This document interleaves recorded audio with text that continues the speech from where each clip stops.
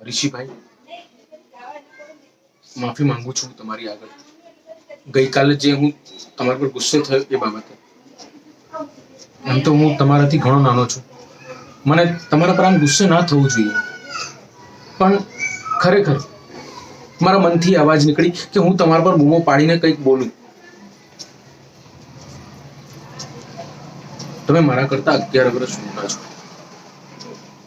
આમ તો મારે તમને ના સમજાવવું જોઈએ, પણ તો એક કહું છું, શું ખરેખર દેવાદાર થઈને આ શહેર છોડીને જતો રહેવું એ કેટલા ક્ષણે યોગ્ય છે? હું જ્યારે સ્કૂલમાં ભણતો હતો તમને મારો આઈડલ માનતો હતો. મોટો થઈશ તો ઋષિભાઈ જેવો બનીશ, પૈસા કમાઈશ, ખૂબ સંપત્તિ હશે મારી જોડે, અને સાથે સાથે સારું નામ હશે મારું.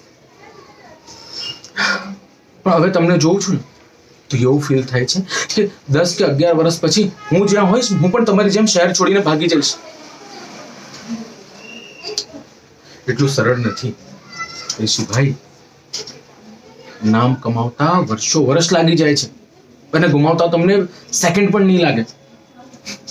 આજે પીઠ પાછળ લોકો વાત કરી રહ્યા છે એ હું સહન નથી કરી શકતો. હવે લોકો કહે છે જો આ તારો મોટો ભાઈ છે, કાકાના છોકરા નથી તમે મારા સિવાય, સગા ભાઈ કરતા વધારે માનું છું મેં તમને.